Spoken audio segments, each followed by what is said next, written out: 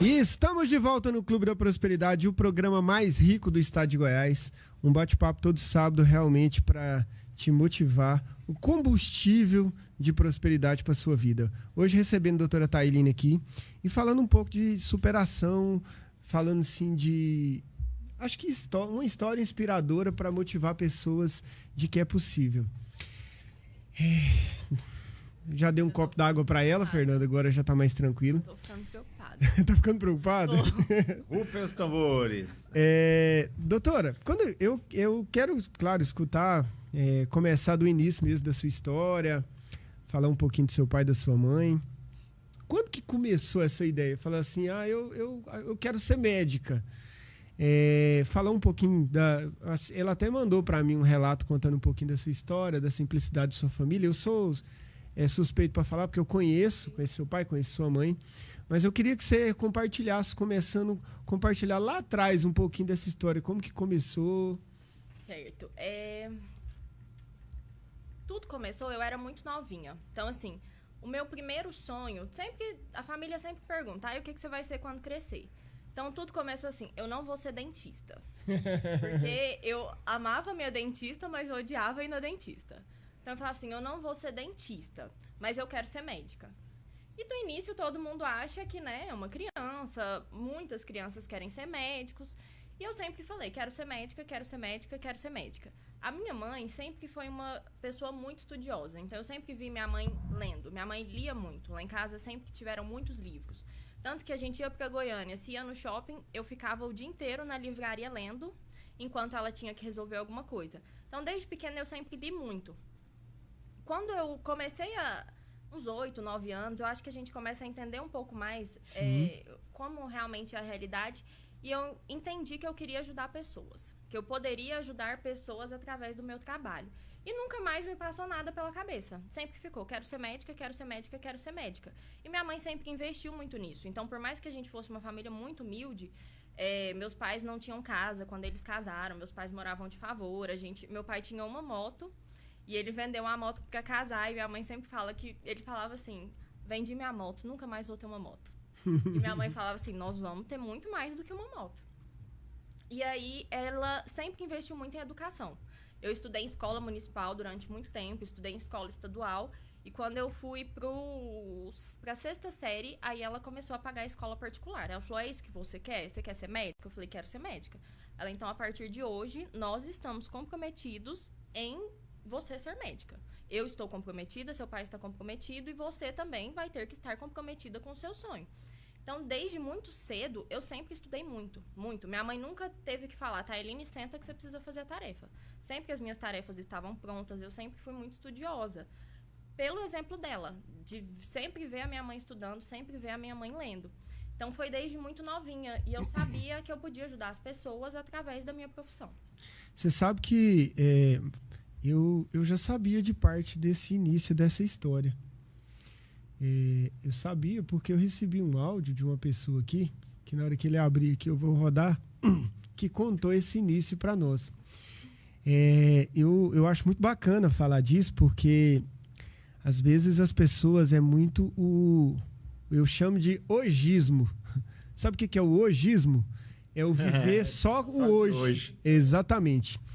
E às vezes, para você conquistar algo maior do que a sua realidade atual, você precisa de plantar. E plantar é trabalho árduo, é difícil.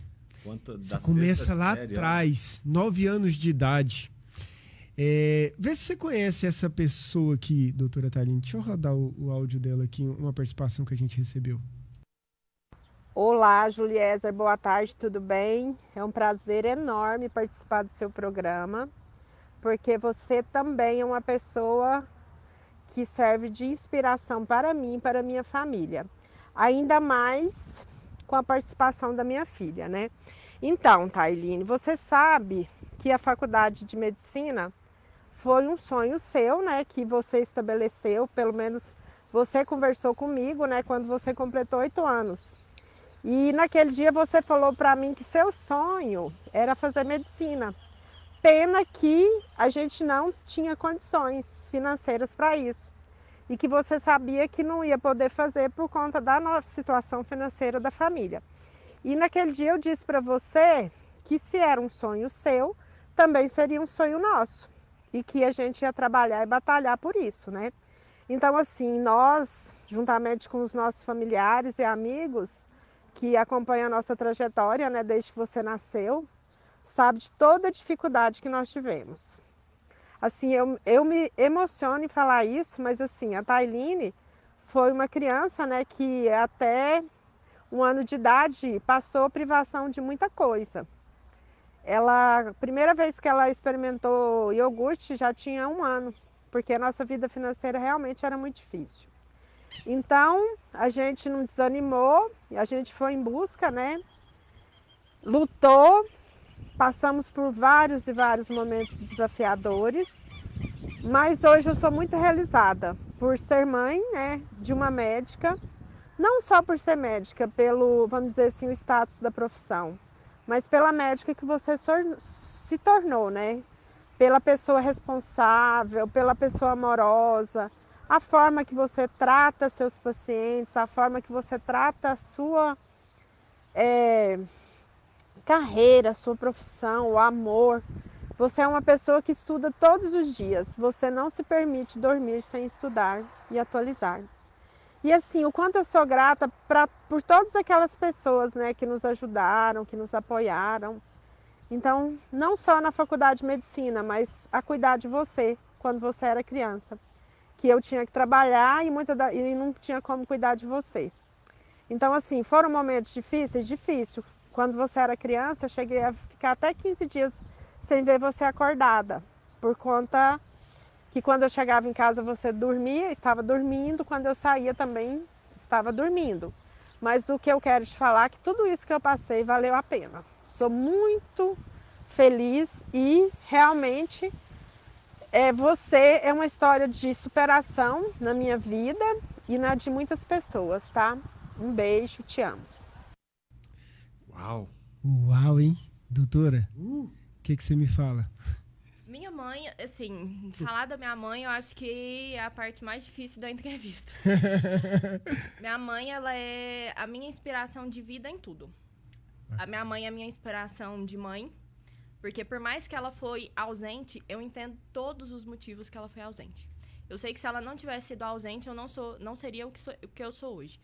Então, assim, eu agradeço muito a Deus por ela ter sido ausente, porque ela fez uma escolha difícil naquele momento, que hoje refletiu tanto na minha vida quanto na dela.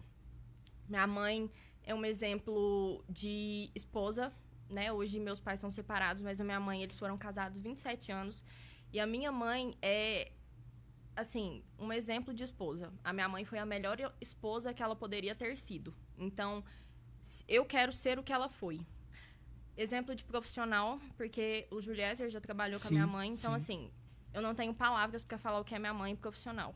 Hoje eu sei que dentro de Rio Verde, minha mãe é uma das melhores administradoras, gerentes de RH que tem, porque ela faz o serviço dela muito bem feito. Sempre fez, onde ela passou. Então, tudo isso, a minha mãe é a minha inspiração em todos os sentidos. Ela é a mulher mais íntegra que eu conheço, a mulher mais forte, mais resiliente. Minha mãe passou por situações muito difíceis no último ano, principalmente, que eu sei que eu não aguentaria, mas que ela suportou de uma forma que só me fez admirar ainda mais ela. Então, sempre que quando eu estava na faculdade, todo mundo falava assim, quando você quer formar, o que você quer fazer? Eu falei assim, eu quero realizar os sonhos da minha mãe. Porque se minha mãe me pedir a lua, eu quero ser possível de dar a lua pra ela. Porque é isso que ela merece. Uau. Porque ela abdicou de toda a vida dela pra viver o meu sonho. E eu sou assim, vou ser eternamente grata por tudo que ela fez por mim. E eu sei que nossa caminhada só tá começando porque eu e minha mãe, nós somos parceiras de vida mesmo. Eu sei que a nossa caminhada tá só começando e eu sei que 2022 vai trazer muitos planos, muitas realizações muito boas ainda. Pode ter certeza disso, doutora. E eu tem uma coisa que se fala, o pessoal usa muito, que é assim, ó, que frutos não caem muito distante do pé, tá? Não. Então, a gente é o que é. Eu, inclusive, um dia, abraçando um amigo um pouco mais velho que eu E eu apresentei meu pai para ele e falou assim, o senhor é um homem fantástico. E eu fiquei muito lisonjeado, porque o cara elogiou muito meu pai. Ele falou assim, porque não tem como o senhor não ser gente boa conhecendo seu filho. Acabou que foi um elogio. E é muito isso, sabe? Conhecendo a sua mãe, trabalhei com ela, uma pessoa totalmente dedicada, esforçada. E eu achei muito bacana uma parte da fala dela. Claro, muito emocionante escutar uma mãe falar disso. A Adriana disse que demorou para gravar esse áudio, porque ela mesma se emocionava. Mas eu sou muito assim, a minha vida inteira eu estudei muito. Aliás, até hoje, né? Inclusive isso não muda. E ela falando que você estuda muito, que você se dedicou muito. Não vai dormir sem estudar. Não vai dormir sem estudar. Como é que é uma escala evolutiva, né? Que eu tava falando. A mãe, como é que é o nome da sua mãe? Adriana. A dona Adriana, ela, dentro dessa escala evolutiva, estudiosa, trabalha, transferir isso para você, e você agora honra com toda a sua força, só de olhar, você honra com toda a sua energia, todo o seu poder, a sua essência, e isso faz vocês duas evoluírem. Isso, e eu falo pra ela, eu falo, mãe, meus filhos vão ser muito melhores que nós, e eu quero que meus bisnetos sejam muito mais 1000 vezes melhores do que a gente. Eu tava ouvindo um podcast do Favelado Investidor, que ele falava que ele já conquistou muitos sonhos, mas que o sonho dele era ter um jato. E eu contei pra minha mãe, falei, mãe, muito provavelmente eu não vou ter um jato, mas vai ser muito mais fácil o meu filho ter um jato, ou o meu neto ter um jato, ou o meu bisneto ter um jato. Porque nós estamos plantando agora para eles construírem. Isso é plantar sementes poderosas. Sim. Né? Exatamente. É uma escala evolutiva, um legado, né, que sua mãe deixou. É a história do pé de figueira, né? Você já está construindo esse legado. Então, gente, quem está ouvindo, um país que tem pessoas, mães, pais, filhos como vocês, é um país de primeiríssimo mundo. Isso. Se uma fagulha do que está acontecendo aqui nesse programa hoje, conectar as pessoas que estão ouvindo e incentivar para construir seus sonhos, já tem valido a pena todos os programas nossos. Exatamente. É a história do pé de figueira, né? Ninguém planta figueira para comer. É porque não vai... Demora décadas, né? Mais de 100 anos. Mais de 100 anos. Então, quando o nosso mundo entender... Mas alguém que plantou lá atrás está fazendo a gente comer figueira agora, por exemplo. Quando a gente começa a entender isso, a gente começa a plantar para um mundo melhor. Eu falo isso, você não deixa de jogar lixo na rua só por você. Existe uma questão cultural, de educação, não vou nem entrar nesse contexto. Mas é pensar que cada copinho na rua, que isso vai se tornar daqui a 200 anos? Daqui a 200 anos eu não estou aqui mais. Então, quando as pessoas começarem a entender isso, começar a viver o hoje, pensando num futuro melhor para sua família, é claro que a gente tem que viver o melhor possível, mas pensando também no que a gente deixa para gerações futuras nossas, para os meus filhos, para os meus netos, para os meus bisnetos e por aí vai. Outra coisa que eu queria falar é assim, toda jornada ela tem apoios. Eu acho que, de verdade mesmo, inclusive a gente falou aqui de conexão, de você conhecer pessoas com ideias diferentes. Todo tipo de apoio ele ajuda e ele é muito necessário. Porque quando a gente pega qualquer desafio de qualquer pessoa que está crescendo, dificilmente alguém prospera de verdade sem em algum momento ter sido ajudado. A doutora Tailine não seria a doutora Tailine hoje se um dia, não é só, claro, a mãe e o pai dela, muito mais, né? Alguém comprou essa ideia e falou, então peraí, faz sua parte que eu vou te dar a retaguarda para isso. E eu acho que a gente precisa de meios, por isso que a gente fala tanto nessa questão de você se conectar com pessoas que estão querendo prosperar, que está querendo te ajudar, que também quer crescer, que te dá boas ideias. Inclusive, a gente tem algumas participações aqui legais. Deixa eu rodar mais uma aqui para vocês verem. Oi, Tailine, boa tarde, é o Nelson, tudo bem? Estou passando aqui para te falar, né, da admiração que você sabe que toda a família, que todos nós temos por você, pela sua determinação, né, pela sua humildade, pela sua simplicidade. Saiba que é muito bom ter participado dessa caminhada, né, de ter visto as coisas acontecer. E eu tenho certeza que você vai ser uma pessoa de muito sucesso, que você vai ser uma pessoa que vai saber exercer a medicina com sabedoria, que vai poder colocar em prática todos aqueles ensinamentos e, acima de tudo, aquilo que a gente vê no seu dia a dia, que é a simplicidade e a humildade. Tá? Fica com Deus, um abraço e tenha certeza que Deus está no seu caminho e vai sempre te iluminar. Um abraço. Um abraço pro Nelson, conheço também o Nelson, Também, cara muito Nelson batalhador. Gente, o filhão também entrou na faculdade de medicina recentemente. Agora é calor do UFG. Exatamente. E até eu conheço o Nelson já há muito tempo. Inclusive, na época, quando eu trabalhei com a Adriana, o Nelson trabalhava também no Campeão, que é o Campeão Supermercados. E é um cara muito bacana. E tem um carinho muito grande por você. Fez questão de mandar a participação. Falei, não, Nelson, pode deixar que a gente vai enfatizar isso lá. Tanto ele como... ele tem um carinho muito grande pela Adriana, pela sua família e por você também. Olha, a minha retaguarda, ela foi gigante. Se eu for falar nomes aqui, eu acho que o programa acaba só eu citando nomes. Eu não tive uma retaguarda, eu tive um exército, na verdade, que me sustentou. Uau. Durante, durante esse período da faculdade. Que foram muito mais do que amigos. Assim, inclusive o Nelson, quando eu fui fazer a matrícula da faculdade, a gente não tinha dinheiro. E minha mãe ligou 6 horas da manhã pro Nelson, falou, Nelson, a Tailine passou na faculdade, a gente não tem o dinheiro da matrícula, eu preciso que você me empreste.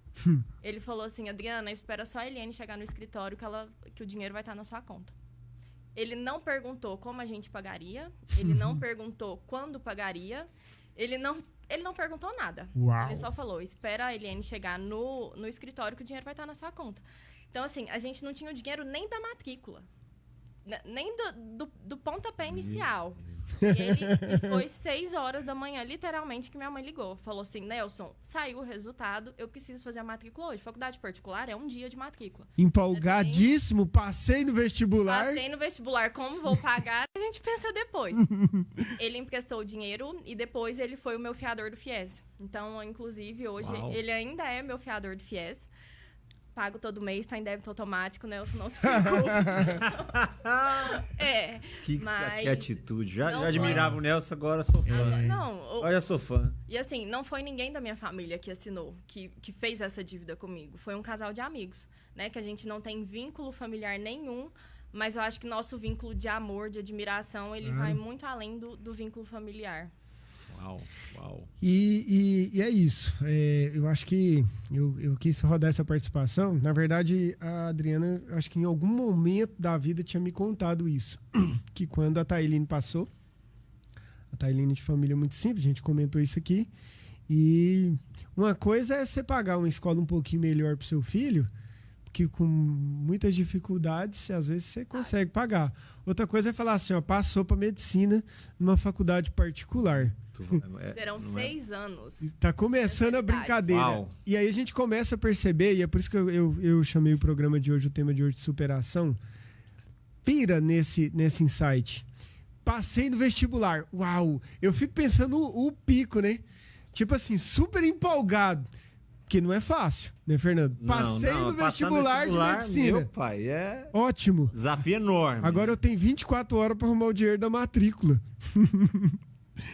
É isso, e a gente não tinha nada. Não é isso de, eu preciso inteirar. Não, a gente não tinha nada. Não tinha R$1. Samuel, eu tenho estudado tanto isso, que na vida, assim, os estudiosos falam o seguinte, que você não tem que se preocupar com o como. Você tem que se preocupar com o que. O que você quer. Sim. Não preocupe-se com como. O como é coisa para Deus. Sim. Isso. Ele vai abrir as portas. Vai. Eu sou cristã, então, assim, em vários momentos, não tinha o como. Não tinha.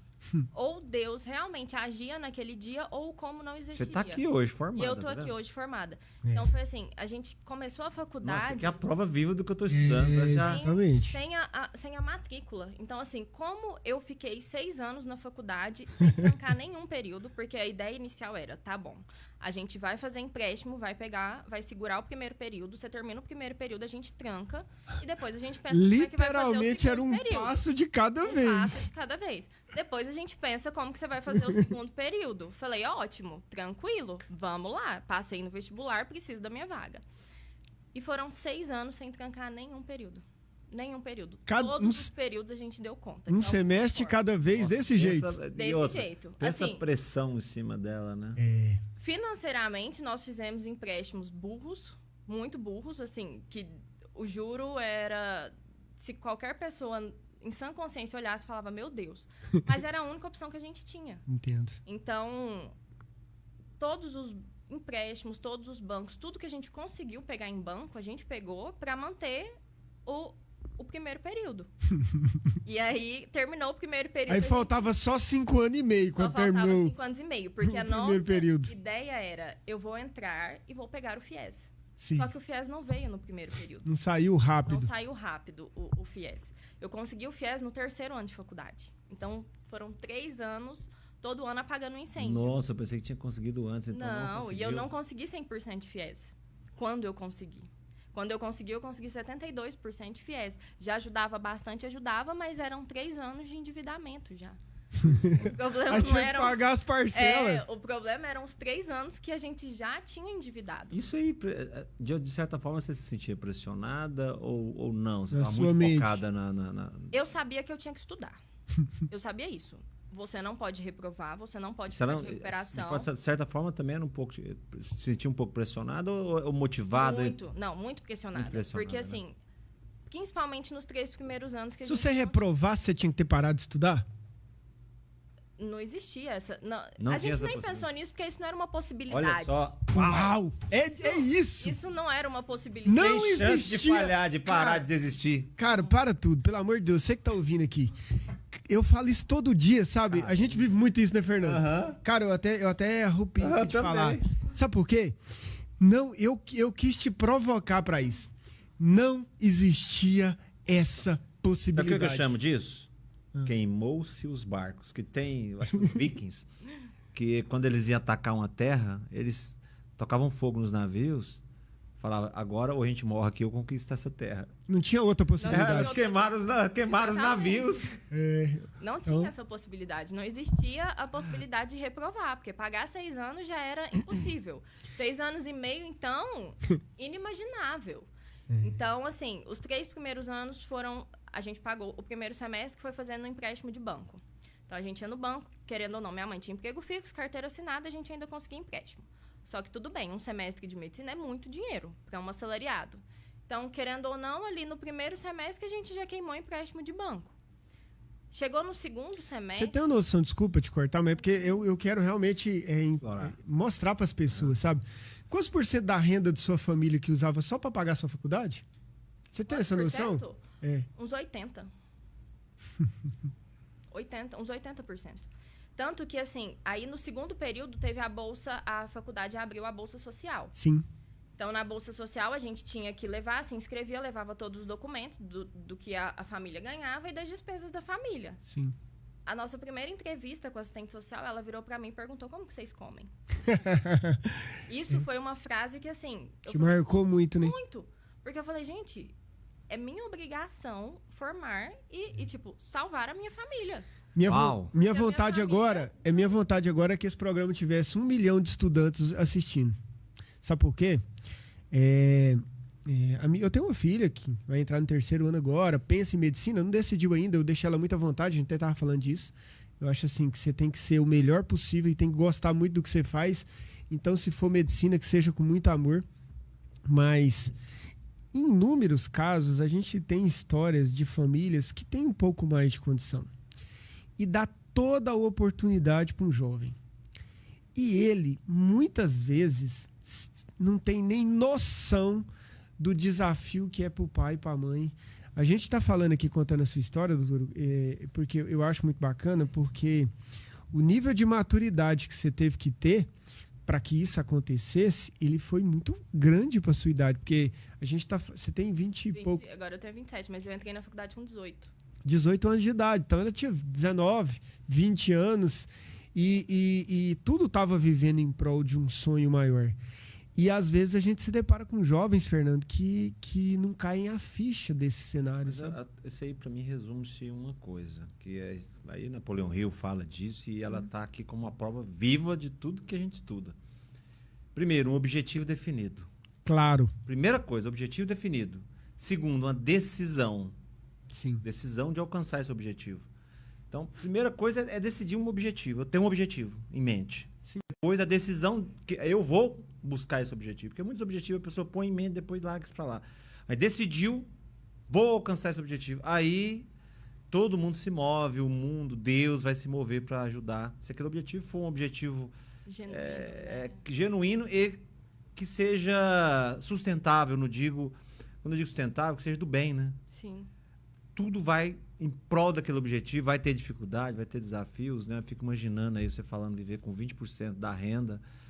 E um momento assim que você considera nesse período que foi muito desafiador, você fala assim, agora nós vamos desistir. Teve isso ou não? Teve no segundo período eu consegui a Bolsa Social, mas a Bolsa Social eram 40% da mensalidade. Eu ainda teria que pagar os outros. Não tinha FIES, não tinha nada, né? Nesse momento eu ainda não tinha FIES. Eu comecei a receber essa Bolsa Social, que eram 40% da mensalidade, sobrava 60% da mensalidade. E os financiamentos? E todas as tinha as parcelas do financiamento.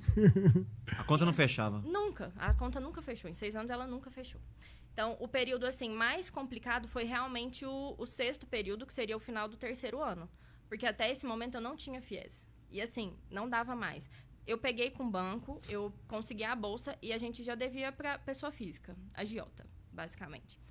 Então, a gente já tinha pegado dinheiro com 5 agiotas. Então, chegou no ponto que eu pegava com um para pagar o outro. Eu ia trocando.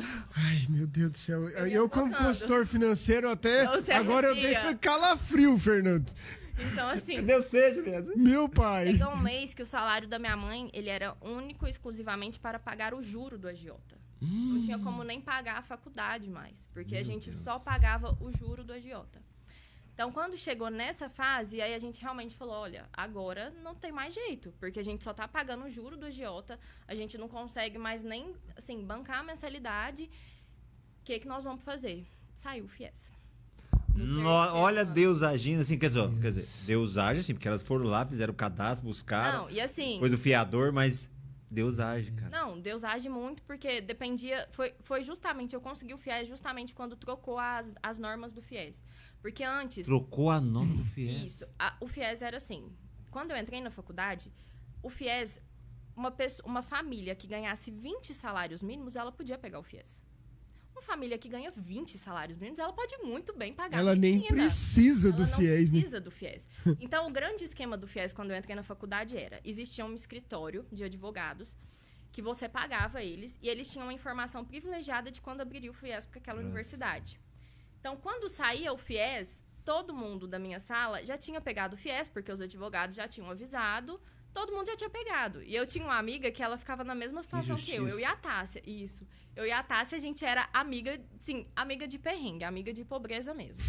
Então, o FIES, não é de rir, quando não, mas... saía, quando a gente sabia que tinha probabilidade de sair o FIES, a gente fazia corujão a noite inteira. De hora em hora, uma acordava para atualizar o sistema e ver se tinha saído o FIES. Então, a gente passou, eu não sei nem quantas noites a gente passou atualizando o FIES. E nunca, quando saía, a gente já tinha rodado. Sim. Então, assim, a gente sabia que era mais um semestre. Na verdade, já tinha um caminho pronto, né? Já tinha... Não, já todo mundo, as pessoas... O advogado já sabia da informação, já sabia o horário que ia abrir. E a cota pela universidade. Acabou a cota? Acabou, só semestre que vem. Quando mudou a norma do FIES, que primeiro você se inscreveria pela nota do Enem. Então, você tinha que ser selecionado pela... Na minha época, saíram 13 vagas de FIES. Então, as 13 maiores notas da faculdade teriam a chance de passar para a segunda fase. Então, a gente passou, foram as 13 maiores notas. A minha nota do Enem tinha sido muito boa, só que eu não tinha conseguido entrar na federal. Só que eu consegui passar para essa segunda etapa do FIES, porque eu fiquei entre as 13 maiores notas que pediram o FIES na universidade. Aí, a regra do FIES já tinha mudado. Você poderia ter, no máximo, 10 salários mínimos de renda familiar. Aí o corte já foi diferente. O corte já diminuiu, já tirou muita gente. Sim. Então, assim, depois que você colocou sua nota no FIES, era só ir no banco e comprovar. Olha, não tenho 10 salários mínimos, preciso do dinheiro. E aí saía. E foi aí quando a gente consegui 72% de FIES. Que aí foi um suspiro, porque eu daria conta de pagar mensalidade, porém eu devia o agiota, eu devia o banco, eu devia todo mundo. Não, mas o que é incrível é essa história, assim, a fé, né? Sim. A fé. E cair pra dentro, né? O que eu quero dizer é o seguinte, quando tá na beira do abismo, vem uma mão. Vem. Foram várias mãos. Não. Várias. É Se não fossem assim... muito bom. Gente, eu não sei nem contar quantas pessoas emprestaram dinheiro pra gente durante a faculdade. Então, assim, a minha mãe tinha recém entrado numa empresa, na HF Engenharia. Ela tinha pouquíssimo tempo de empresa e ela fez uma amizade com o Henrique, que trabalhava com ela também, que ele era casado, a esposa dele também são um amor de pessoa. E ele recebeu um dinheiro. E ele falou assim... Ele não tinha motivo nenhum para emprestar dinheiro pra gente. Tá quebrado, já tá devendo tudo, não tem condição nenhuma. Ele virou pra minha mãe e falou assim, Adriana, se você precisar do dinheiro, pega. Você vai me pagar quando der. Quando der. E eu lembro certinho, ele emprestou R$42 mil pra gente. Uma pessoa que, assim, acabou de conhecer a outra, que trabalha há super pouco tempo, ele te entregar R$42 mil. E não era uma pessoa... É praticamente um milagre. Porque... E não é uma pessoa bastarda, né? Que se for um cara muito rico, milionário, 42 mil é um dinheiro era um irrisório. dinheiro que ele recebeu, eu não lembro se era herança, não lembro. Eu sei que ele recebeu esse dinheiro e falou, Adriana, eu sei que tá difícil, eu te empresto. De ver a minha mãe trabalhava muito. Então, assim, de ver o sofrimento da minha mãe, de ver ela trabalhando demais, de ver todas as dificuldades, ele se sensibilizou e falou, eu te empresto. Tanto que a gente pagou ele só depois que eu formei. Durante a faculdade, a gente não pagou nada pra ele. Sabe uma história? Uma coisa que eu quero... Qual é o nome dele? Henrique. É o Anjo Henrique. O Anjo Henrique. O Anjo Henrique, meu Deus. Um exemplo que eu quero trazer pro ouvinte, para todo mundo que está nos ouvindo aqui, e tentar rodar mais participações, é assim, ó. Eu comecei lá atrás falando de plantar para colher em algum momento da vida. E no momento da planta... assim como é para o agricultor, é um momento árduo, pesado, em todos os aspectos e sem resultado. Nenhum. Você quer ver? Quando o Enem saiu, e eu acredito muito nessa mola propulsora divina, porque realmente, pelo que ela contou aqui, a água não estava no nariz, a água já tinha ultrapassado a cabeça, afogada. já não estava respirando mais, financeiramente falando. Quando a mola propulsora divina apareceu, ela precisou da planta que ela teve lá atrás, que foi a nota do Enem. As raízes que transformam a árvore, a planta, numa planta frutífera, florida, às vezes as pessoas não conseguem enxergar essas raízes. Às vezes vai enxergar agora só você, só a planta, os frutos e as flores, mas as raízes que sustentam, às vezes ninguém vai enxergar hoje, vendo, né? Todas essas histórias. Eu me questionava muito, porque a minha nota do Enem, ela realmente tinha sido muito boa. Na época do Enem, eu tirei 960 na redação. Então, tinha sido uma nota muito boa e eu ficava indignada. Porque eu Por falava, que não, né? Como que eu não entrei na Federal? Como que eu não entrei? E eu ficava indignada porque, assim, nossa, minha nota não serviu pra nada. Estudei, fiz Enem, saí bem e não serviu pra nada. No momento Só certo, ela serviu. Foi lá e falou... Sua nota do Enem serviu para agora. Era agora que você tinha que ter a nota do Enem.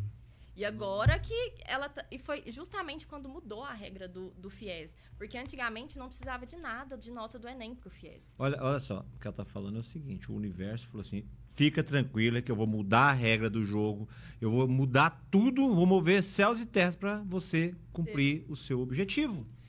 Uma coisa interessante. Isso é tão louco que é tão verdadeiro. É ciência isso, viu? Sim, é científico. Não é esoterismo. Quem estuda como a gente estuda sabe disso. É uma ciência universal.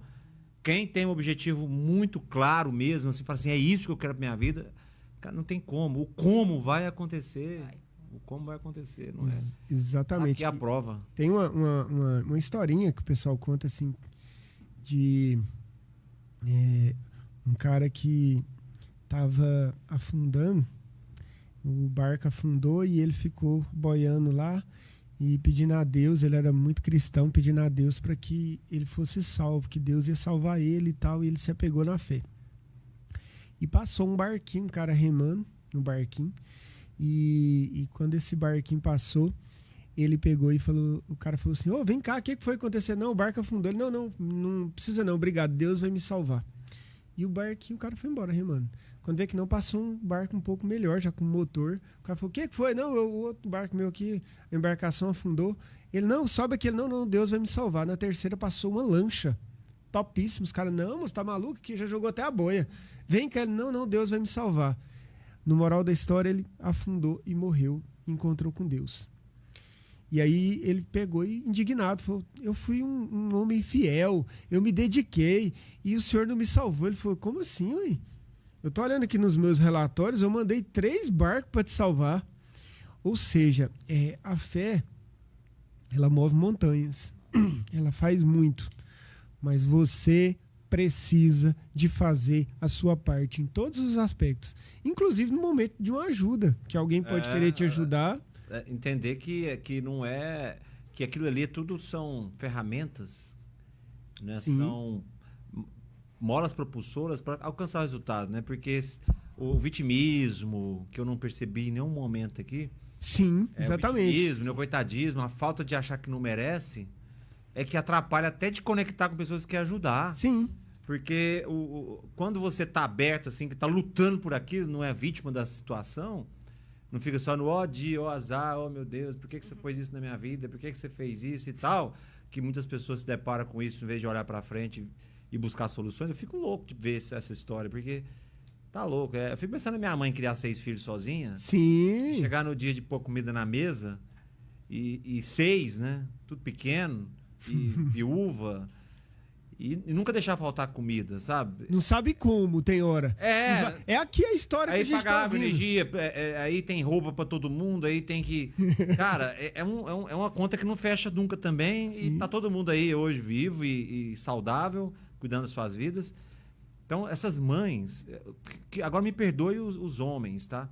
Porque as mães, elas têm um papel... Pelo amor de Deus, como é que pode? Eu acho que a conexão da mãe com Deus, ela é muito. maior. Ela é mais próxima. A minha avó, que eu morei uma época com ela, também era espetacular. Eu fui criado pela minha mãe e pela minha avó, que são mulheres da minha vida também, e agora minha esposa também, que, puxa vida, como é que é importante na minha vida. Então, caramba, tem uma filha, 16 anos, então eu sou rodeado de mulheres, né? Exatamente. E fortes, que fazem a minha vida... Valer mais a pena. Então, eu fico ouvindo a história da mãe dela e agora dela. Sim. Caramba, né? Como é que pode? E assim, isso sobre o vitimismo. Em momento nenhum, eu me coloquei realmente como vítima dessa situação. Percebe-se pela sua história. Sim. E eu e a Tássia, a gente, como eu já disse, nós somos parceira de perrengue. Nas férias, a gente trabalhava na papelaria, no Volta às Aulas. Porque as nossas férias eram no Volta às Aulas e sempre que eles precisavam de gente para vender. Falava assim, nossa, mas você é acadêmica de medicina e vai vender material escolar? Óbvio, meu amor. Sabe de nada, inocente. Eu preciso de dinheiro, não importe como. E toda vez a gente ia pro Volta às Aulas e a gente vendia demais. Tanto que o patrão virava pra gente e falava assim, olha, o dia que vocês chegaram aqui eu não acreditava. Mas a gente vendia muito mais do que as vendedoras de 5 anos, 6 anos.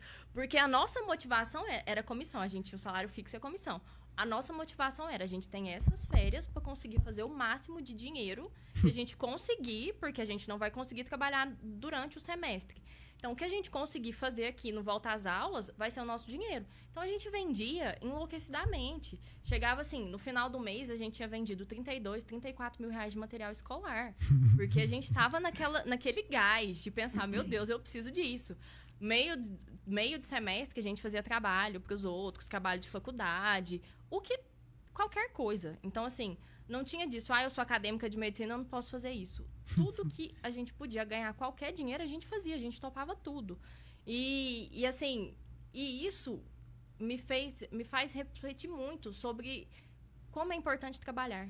O trabalho, ele é importante desde muito cedo, independente do trabalho que seja. Não existe trabalho mais digno ou menos digno. Verdade. A partir do momento que você assume um compromisso e que você decide que você vai fazer aquilo bem feito, a dignidade está no fato do comprometimento. Mas sabe uma coisa que é importante? Acho que talvez naquele momento você nem entendia isso. Hoje acho que o Fernando também acho que concorda comigo.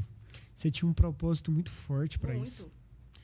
Não é que se você fosse para construir, vender material de construção, você provavelmente seria uma das melhores vendedoras. Porque o cara, muitas vezes, isso serve para a vida de todo mundo. Todo mundo, muitas vezes, quando você não tem propósito definido, você se perde. Cara, você se perde no cafezinho. Você perde oportunidade de uma venda. Principalmente o vendedor perde oportunidades grandes tomando um cafezinho. Porque o cafezinho prolonga e o bate-papo fica grande demais no cafezinho. Só que quando você tem propósito grande, você você sequer para tomar um cafezinho, você quer Tá saber. falando isso aí. É justamente isso. Hoje, a contratação que eu vejo que dá certo não é aquela que tem maiores qualificações técnicas. É aquela que a pessoa tem realmente um propósito muito forte na vida, que ela tem necessidade de ganhar dinheiro, necessidade de estar ali. Ou quando ela não tem uma necessidade assim, que fala assim, eu tenho pais abastados, mas ela tem um sonho muito grande, então ela tá ali por ela, tá ali por um propósito, ali por um sonho, Sim. por uma história. Então, quer dizer, quando tá ali só tecnicamente muito boa, mas não tem um sonho, não tem um objetivo, não tem um propósito grande, não vai se conectar. Se logo, perde muito qualquer fácil. motivo desmotiva, já quer mudar de emprego. Então, hoje, na hora de contratar, uma coisa que para mim é essência.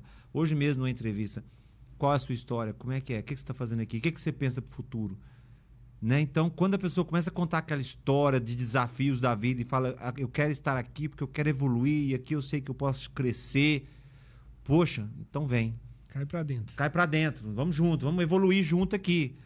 Cara, aquilo me encanta ver menina, igual eu gosto de repetir a história dela, né? Mas tem outros lá, tá? Sim, claro, tem claro. muitos outros, mas a Luísa tem 16 anos, entrou com 14 na loja. Tem 16 anos, ela é responsável por uma área extremamente importante, que é o controle de estoque Sim. de um departamento. Sim. E ela tem que auditar e até confrontar quando alguém erra, falar, você errou aqui e provavelmente você vai ser responsabilizado, então tem que chegar com toda a postura e falar. E ela consegue fazer isso com maestria, até maior do que outros, muitos adultos que entraram naquela função. Eu não tenho mais problema naquele departamento. E eu hoje conversando com ela, eu falei, Luiz, você tem 26? Não. Não é rara essa... É isso mesmo. Não é rara essa data de nascimento sua, não. errado, né? No Então, futebol. eu levei o candidato lá, a vaga, levei lá, falei assim, conversa com ela. Aí ela começou a falar, olha, é o seguinte, aqui tem muita oportunidade, mas para quem é proativo, mas para quem é determinado, para quem não fica reclamando, para quem tá aqui para trabalhar, tá? Aí tem oportunidade. Nessa hora que eu falei, Luiz, você tem 26, não? É, Eu fiquei assim, quase que eu chorei na frente dela, de emoção, de ver uma menina, né, pequenininha ali e tão engajada no trabalho, né? Tão conectado.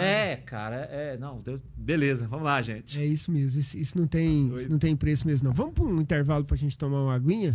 É rápido, rapidinho a gente já volta. Com certeza é outra doutora Tailino no futuro.